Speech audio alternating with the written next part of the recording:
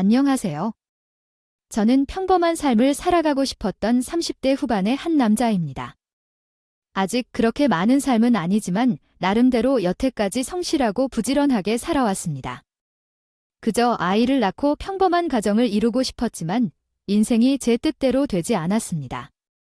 사람의 인생은 한 치 앞도 모른다는 말을 딱 느끼며 오늘 이곳에 제 인생 이야기를 들려드릴까 합니다. 너무 답답하고 힘들어하고 있는 제 모습을 보고 이 채널을 추천해준 친구에게 고맙다는 말도 전하면서 말씀드리겠습니다. 그럼 이제부터 제 이야기를 시작하겠습니다. 어린 시절에 엄청난 장난꾸러기였다고 부모님은 항상 말씀하셨어요. 장난감 가게를 그냥 지나치는 법이 없었고 유치원에서도 친구들을 괴롭히는 말썽꾸러기 아이로 통했다고 해요. 엄마는 아직도 어린 시절 앨범을 보여주시면서 유쾌한 목소리로 이야기하셔요. 아이고, 엄마가 뭘 하는 거야? 이놈아, 형돈이 동생들은 아무도 그렇게 안 하는데 너만 혼자서 그만큼 말썽을 피웠으니 혹시 병원 가서 애가 바뀌었나 했지만 엄마가 뭐라고 그러는 거예요? 언제까지 울부짖을 거야? 제발 그만요. 우리 아들 쪼그라들었어요. 말썽꾸러기인 아들이 삐지기까지 해요. 엄마의 장난에 저도 어렴풋이 기억나는 몇 가지 일들이 있어요. 특히 여자 아이들에게 장난을 심하게 쳤던 것 같아요. 머리끈을 빼는 것은 물론이고 가지고 놀던 인형을 들고 복도를 뛰어다니면서 활개쳤던 기억이 나네요. 그때는 엄마가 유치원에 오셔서 선생님과 이야기를 나누셨고 장난을 심하게 쳤던 상대방의 엄마와도 이야기를 나누셨던 거죠. 그런데 왜 그렇게 장난을 심하게 쳤는지 모르겠어요. 나는 초등학교를 졸업 직전까지도 그런 장난을 했던 것 같아요. 제가 조금 사춘기가 늦게 왔었던 것 같아요. 덩치도 작고 목소리도 변성기가 없어서 작다는 놀림을 조금 받았었는데요. 그런 스트레스를 다른 아이들에게 풀며 나름대로 학교 생활을 잘 이겨나가려고 했던 것 같아요. 그때와 친하게 지냈던 여자친구가 한 명 있었습니다. 초등학교 4학년과 6학년 때 같은 반이었던 여자아이인데 이상하게 그 친구와는 소개까지 하면서 친하게 지내게 되었어요. 제 나이에 비해서 의젓하고 성숙한 그 친구는 당시에는 키가 제보다 10cm나 더 컸던 것 같아요. 매일 올려다봤고 같이 있으면 주변 친구들이 누나, 이모라고 놀리는 정도였으니까요. 그 친구는 제가부터 계속해서 성장해 나갈 때까지 함께했던 소중한 존재였어요. 장난기가 심한 것도 다 알고 있었지만 저를 진심으로 대해줘서 그 친구에게만큼은 장난을 치지 않았던 것 같아요. 제가 그 친구와 친하게 지냈던 것을 알게 된 엄마는 학교 앞에서 그 친구를 보게 됐고 함께 떡볶이도 사주시고 짜장면도 사주시면서 친분 관계가 지속됐으면 좋겠다고 하셨죠.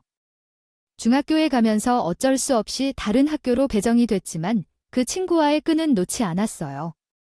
중학교 3학년이 되면서 같은 학원에 다니게 됐고 서로의 공부를 도와주게 되면서 키가 훌쩍 자라 제가 어느덧 그 친구보다 15cm나 더 커졌습니다. 뭐야, 왜 이렇게 키가 커진 거야? 꼬맹이였을 때는 뭐랄까, 잔소리를 들었지만 남자들이 원래 이렇게 늦게 성장하는 거야? 너는 6학년 때 키가 아직도 그대로인 거야? 그 친구와 나는 중학교와 고등학교를 보낼 때도 자주 함께 했고 학원과 독서실 정보를 교환하며 좋은 관계를 유지해 왔습니다. 제가 가지고 있던 심한 장난기도 중학교 때부터는 거의 없어진 것 같아요. 나름대로 천천히 성숙해지고 있는 것 같다고 봐요. 형은 모범생으로 좋은 대학에 들어갔고 저도 거기와 비슷한 학교에 들어가야 된다는 생각에 열심히 공부했어요. 그 결과 저도 형만큼은 아니지만 괜찮은 대학에 진학할 수 있었죠. 대학 생활은 그렇게 나쁘지 않았어요. MT도 가고 다른 악기 여자들과 미팅도 하면서 즐거운 시간을 보냈고 특히 중학교 때부터 친구였던 민지와도 여전히 친하게 지냈어요. 학교 축제가 있던 날 친구 민지가 놀러와서 제 주변 선배, 동기들과 자연스럽게 어울리면서 선배 한 명이 민지를 소개시켜 달라고 했어요. 그때까지만 해도 저는 민지에 대해 친구 그 이상의 아무 감정이 없었기 때문에 자연스럽게 소개를 시켜줬어요. 그런데 민지는 이런 나에게 이상하게 삐진 것 같은 행동을 하더라고 해요. 야, 너는 내가 내 선배랑 사귀었으면 좋겠냐? 진짜 그런 거야? 잘 되면 좋지. 뭐 그 선배 집안도 괜찮고 돈도 잘 쓰고 성격도 좋다는 소문이 나. 킹카라니까 잘해봐야겠지? 알았다. 알았어. 내가 꼭 잘해서 그 선배랑 사귀어야지. 알았다. 너, 근데 왜 그래? 좀 이상하다. 얘야, 혹시 뭐 삐졌어? 나한테 화난 거 있냐고? 친구 민지는 내 심 좋아하고 있다고 하더라고요. 그 선배와 소개팅이 잘 돼서 사귀게 된 후, 민지가 제게 고백하게 돼 알게 됐습니다. 그 사실을 모를 때는 전혀 그런 마음이 들지 않았는데, 막상 그런 고백을 듣고 나니 왠지 민지가 좋아 보이고 아까워 보인다는 생각이 가슴 깊숙이 해서 올라오는 것 같은 느낌이 들었어요. 질투 같은 감정도 느끼게 됐고요. 하지만 이미 제가 소개팅을 시켜준 후라 어찌할 수가 없겠다 그러더라고요. 한번 그렇게 사랑의 아픔을 겪은 후 저도 연애라는 것을 하게 됐습니다. 새로운 해가 바뀌어 학교에 후배가 들어오게 됐는데 저를 좋아한다고 먼저 고백을 한 귀여운 여자였죠. 민지를 잃은 허전함 같은 감정을 갖고 있던 찰나였는지라 후배의 고백에 바로 사귀게 됐고 저희는 꽤 오랜 기간 동안 친구처럼 연인처럼 잘 지냈습니다. 그렇게 20대 초반의 시절을 보내고 군대를 가게 되면서 자연스럽게 후배와 헤어지게 됐고 제대를 한 후 복학하면서부터는 곧바로 입사 준비에 돌입했어요. 모든 것이 저보다 뛰어났던 형은 항상 제게 말했거든요. 대학교 졸업하고 하려고 하지 말고. 졸업 전에 일어나야 할 모든 일을 꼭 해야 한다는 거 알아요? 취업도 그렇게 해야 쉽게 될 거예요. 다른 사람들보다 먼저 준비해서 살아남을 수 있어요. 여자들은 좋은 회사에 취직하면 더 많이 벌어들이니까 그런 걱정은 안 해도 돼요. 알겠지요? 제 형의 말이 귀에 들어 꽂혔었던 저는 마음을 다시 굳혔고 입사 준비에 열중했습니다. 그 결과 회사에 취직하게 되었어요. 그곳에서 인생을 바꾸어 놓는 한 선배를 만나게 됐어요. 제 사수로 만나게 된 선배는 3살 많은데 뭔가 불만이 가득한 스타일이었어요. 아침부터 불평을 하며 일하는 경우가 많았고 제게 가르칠 때 가혹한 말도 아끼지 않았습니다. 얘야, 이것도 모르냐? 이게 뭔 줄 아냐? 머리로는 다 할 수 있는데 제대로 학교는 다니고 있나요? 맨날 술만 마시고 노는 건가요? 아니에요. 미안하다고 말하지 말고 제대로 일을 하라는 말에 대해 이해했나요? 선배의 꾸중에 긴장한 마음으로 하루하루를 보냈던 것 같아요. 우연히 회식 자리에서 다른 선배 옆에 앉게 된 저는 제 사수인 그 선배에 대해 몇 가지 얘기를 들을 수 있었습니다. 가정 환경이 좋지 않아서 야근도 자주 하고 수당을 받으려고 노력한다는데 이전에 동거한 여자와 최근 헤어져서 정말 마음이 불편한 상태라는 것 같아요. 그런데 그 이유로 인해 늘 스트레스를 받아서 얼굴 표정도 안 좋고 주변 사람들도 불편해한다면서 힘을 주신다고 하시는 걸 듣니 사수 선배가 안타까웠어요. 키도 크고 외모도 저보다 훨씬 좋은 것 같은데 맨날 인상을 쓰고 있어서 왜 그러는 걸까 싶었습니다. 그에 비하면 저는 참 행복하다는 생각도 했어요. 어쩌면 어마어마한 부자는 아니지만 부모님의 안정적인 후원 덕분에 어려움 없이 살고 있고 개인적으로도 힘든 일이 많이 없던 상황이었기 때문이죠. 그리고 그때부터는 사수가 어떤 짜증 섞인 말을 하더라도 되도록 그 짜증에 동요되지 않도록 제 마음을 다잡았습니다. 그러던 어느 날 그 사수 선배가 생일이라는 것을 알게 되었어요. 당연히 회사가 끝나자마자 어디론가 달려갈 줄 알았는데 그날도 어김없이 야근을 하고 있는 선배를 발견했습니다. 선배, 오늘도 야근하세요? 해야 될 게 좀 있네. 얼른 먼저 퇴근해 내일 봐. 저도 야근할 게 있는데 같이 저녁 드실래요? 저 밥 먹을 사람이 없어서요. 저는 일부러 야근을 한다고 했고 그 선배의 옆자리를 지켰습니다. 왠지 그날은 그렇게 해서 선배를 좀 챙겨주고 싶었나 봐요. 9시가 다 될 때까지 야근을 하던 우리는 함께 식사를 하러 가자며 밖으로 나왔어요. 간단히 김치찌개를 먹자는 선배의 말에 저는 오늘 맛있는 걸 먹고 싶다고 말하며 분위기 좋은 맥주집으로 가자고 선배와 함께 나왔습니다. 그런데 사무실 앞에 한 여자가 서 있었습니다. 선배는 그 여자를 아는 듯이 보자마자 걸음을 주춤하셨어요. 선배 아시는 분이세요? 제 이야기가 들렸는지 선배는 멍하니 그 여자를 지켜보고 계셨고 그때 그녀가 다가와서 말했어요. 오랜만이야 오빠. 오늘 생일인데 왜 이렇게 늦게 퇴근해? 나 차에서 한참 기다렸어. 나 배고픈데 밥 좀 사주라. 지금 밥 먹으러 가는 거 아니야? 친근하게 말하는 그 여자는 한 손에 케이크를 들고 배가 고프다고 하고 있었어요. 망설이고 있는 선배 대신 나도 모르게 그녀에게 말했습니다. 맞아요. 저희 지금 밥 먹으러 가요. 선배 생일이라서 저랑 같이 어디 가려고 했는데 같이 가세요. 얼른요. 정말요? 그래도 되는 거죠? 반가워요. 전 오빠랑 친하게 지내는 동생이에요.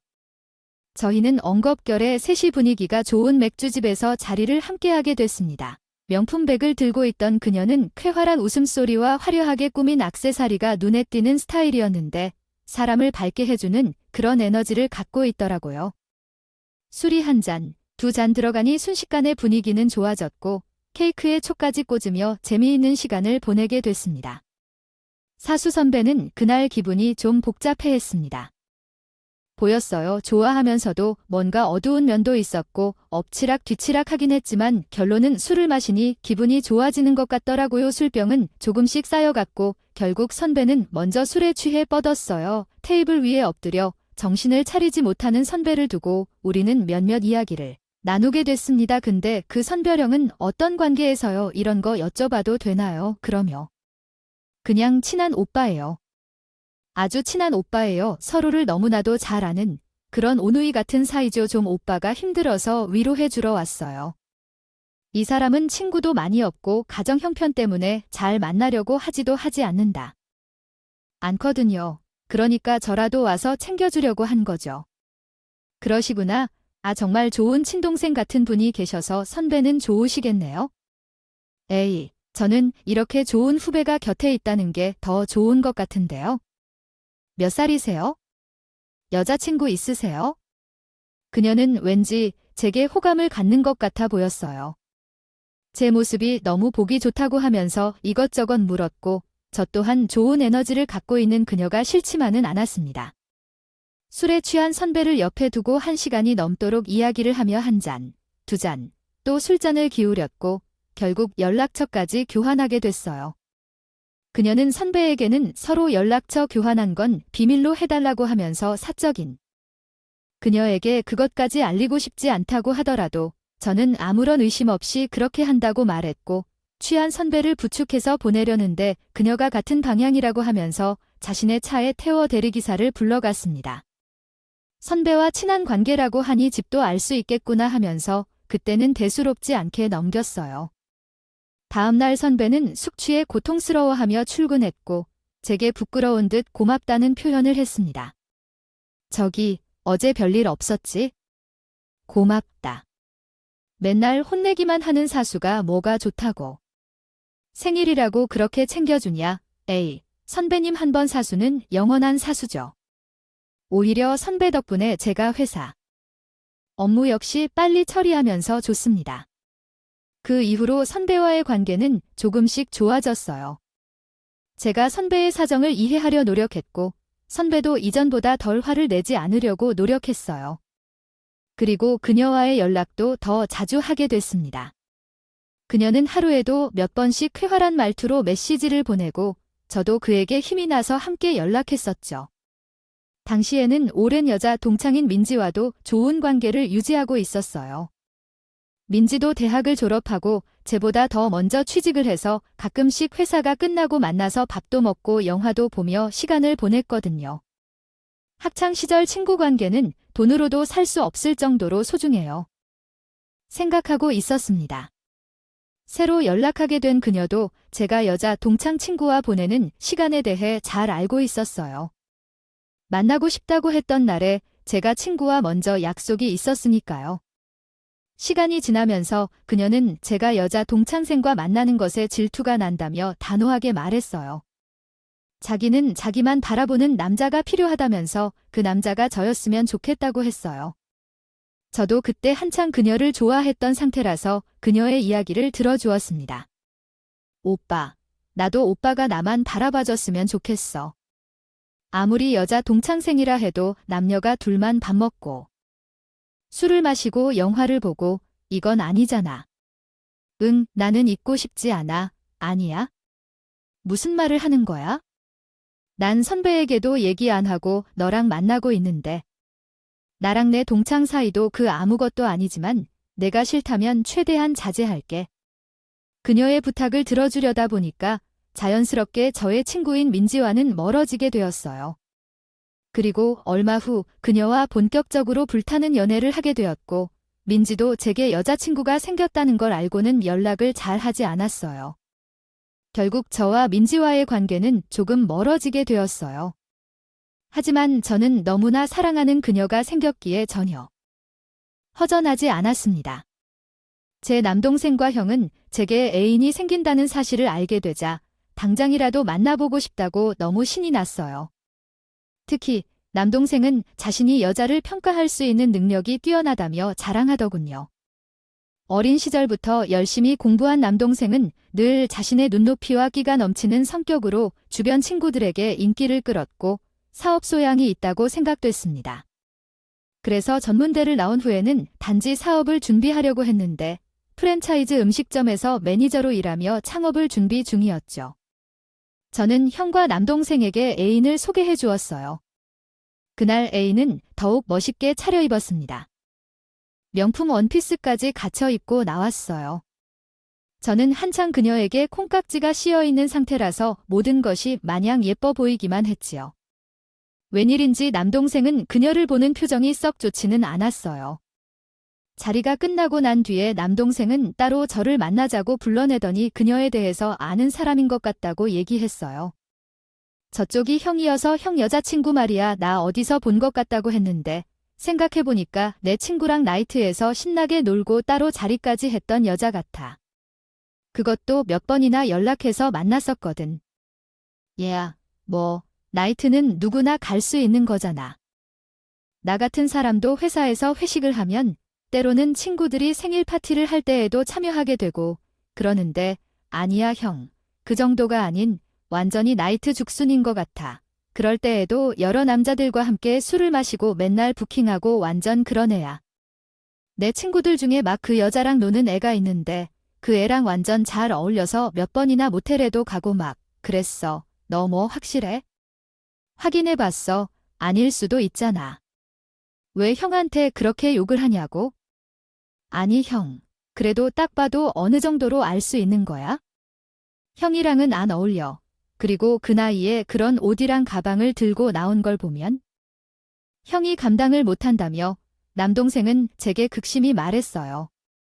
애인과의 만남을 포기하라고 했는데 그때 제 기분이 상당히 나빴어요. 그녀에게 푹 빠져 있었던지라 아무것도 눈에 보이지 않았거든요. 남동생에게 단호하게 더 이상 그런 말을 하지 말라고 했고 그녀와의 만남을 계속했습니다. 가끔 그녀는 일찍 잠을 자서 연락이 되지 않는 시간도 있었지만 저는 그녀의 말을 철철 믿었어요. 얼마 후에 그녀와 결혼하기로 결심했습니다. 더 이상 밤마다 헤어지기 싫다며 그녀가 애원하듯이 했거든요. 저는 그녀의 말대로 결혼을 결심하게 되었고 그녀의 부모님께 인사를 드리러 가게 되었어요. 솔직히 말해서 그녀의 집에 갔을 때 조금 놀랐어요. 그녀가 하고 다니는 스타일이 꽤 잘 사는 듯한 모습이었기 때문에 어느 정도 안정적인 기반을 가진 부모님이 계실 거라고 생각했거든요. 그런데 제가 상상했던 집의 모습은 아니었어요. 그녀의 부모님은 어디 외곽 지역에 땅과 건물을 보유하고 계시다고 하셨지만 왠지 그 말을 믿기 힘들 정도로 오래된 좁은 빌라에 사실 있었어요. 그래도 이런 모습으로 사람을 평가하는 것은 예의가 아니라고 생각하며 최대한 예의 바른 모습으로 저를 지켰습니다. 잠시 후 그녀의 아버지는 솔직하게 제게 이것저것 꼬치꼬치 물어보셨어요. 부모님께서 갖고 있으신 재산은 어떻게 분배되는 건가요? 우리 딸이 말씀하길 부모님은 안정적인 기반이 마련되어 있다고 하셨다고 하는군요. 네, 그 부분에 대해서는 잘 모르겠는데 왜 몰라요? 30을 훌쩍 넘긴 남자인데 결혼에 대해 모르다니요. 무슨 것을 알아야 할지 우리 딸이 많이 보는 것 같아요. 제가 한번 여쭤봐야 할 것 같습니다. 그리고 실례지만 건물과 땅 등이 좀 묶여 있어서 말이에요. 상견례 때는 좀 여유 있는 집에서 예식 비용 등을 조금 내주고 싶은데 풀릴 때 가서 우리가 도와주면 되지 않을까요? 제녀의 아버지는 제보다는 우리 집안에 더 관심을 더 많이 보시는 것 같더라고요. 아직 상견례도 하지 않은데 벌써부터 결혼에 들어가는 비용에 대해서 우리 집에서 부담하라는 식으로 말씀을 하시는데 조금 황당하기도 했어요. 애써 아무렇지 않은 표정을 지으며 자리가 끝나고 나서 그녀가 우리 집에 인사를 드리러 왔습니다. 우리 부모님과 차마 그녀의 아버지가 한 이야기는 꺼내지 못하고 최대한 그녀에 대해 좋은 것만 이야기해 드렸어요.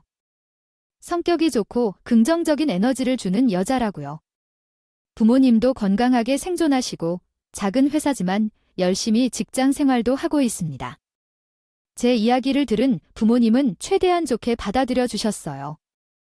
봐주셨고 마음에 든다고도 말씀하셨지만 제 남동생과 형은 달랐습니다. 제 형도 이미 동생에게 얘기를 다 들었는지라 꼭 결혼을 해야 하냐고 말했죠. 결혼을 할 거면 차라리 제 동창생인 민지랑 하면 좋겠다는 말까지도 했는데 그 말을 듣고 저는 평생 형제들끼리 가장 크게 싸운 것 같아요. 주먹이 올라갈 정도로 크게 다투고 난 후 저는 꾸역꾸역 결혼을 강행했습니다. 그리고 결혼 소식을 제 사수인 선배에게 알렸죠. 제가 그녀와 만나고 있다는 것을 아마 새카맣게 모르고 있었을 테니까요.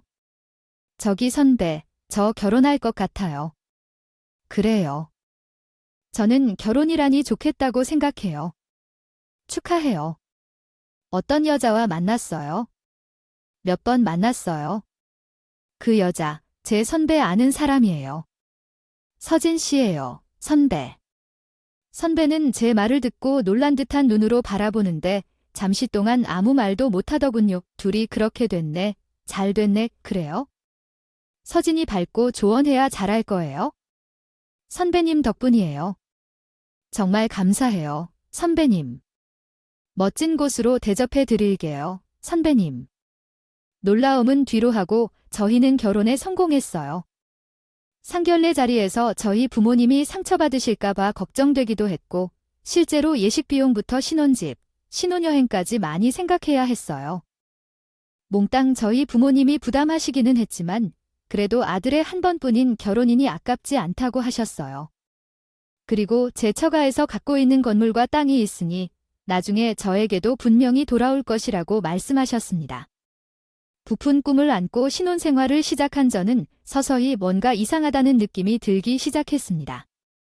그녀가 다니고 있던 회사는 이미 그만둔 상태였고 그녀는 무언가 비밀이 많은 사람으로 보였어요.